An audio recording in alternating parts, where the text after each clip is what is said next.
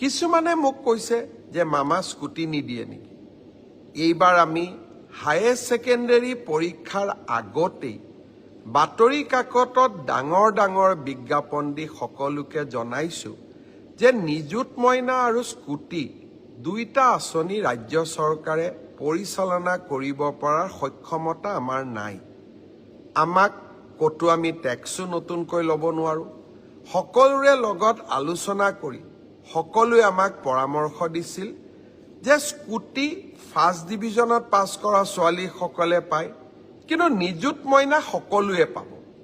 আৰু সেইকাৰণে আমি নিযুত মইনা আঁচনিখনহে পৰিচালনা কৰিব লাগে, স্কুটি আঁচনিখন পৰিচালনা কৰিব নালাগে।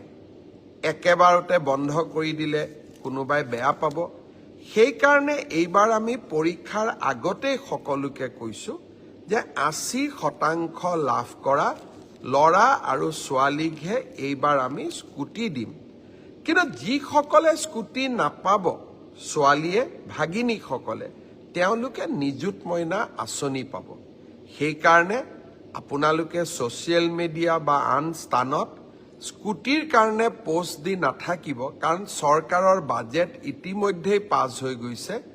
আমি সকলো বিধানসভাত বহি একেলগে সিদ্ধান্ত লৈছোঁ যে আমি স্কুটি নিদিওঁ, নিযুত মইনা দিম।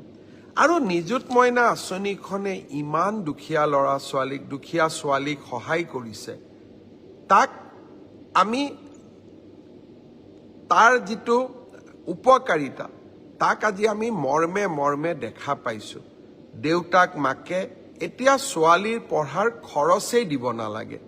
চৰকাৰৰ পৰা পোৱা নিযুত মইনাৰে আমি অন্তত কলেজৰ বহুখিনি দায়িত্ব আমি পালন কৰিব পাৰোঁ। দেউতা মাৰ কষ্ট কমিছে। সেইকাৰণে আমি নিযুত মইনা আঁচনিখন আকৌ এবাৰ প্ৰথম বৰ্ষ আৰু দ্বিতীয় বৰ্ষৰ বাবে। সম্পূৰ্ণ ভিডিঅ'টো চোৱাৰ কাৰণে ধন্যবাদ। OLS অসম ইউটিউব চেনেলটো ছাবস্ক্ৰাইব কৰিবলৈ নাপাহৰিব।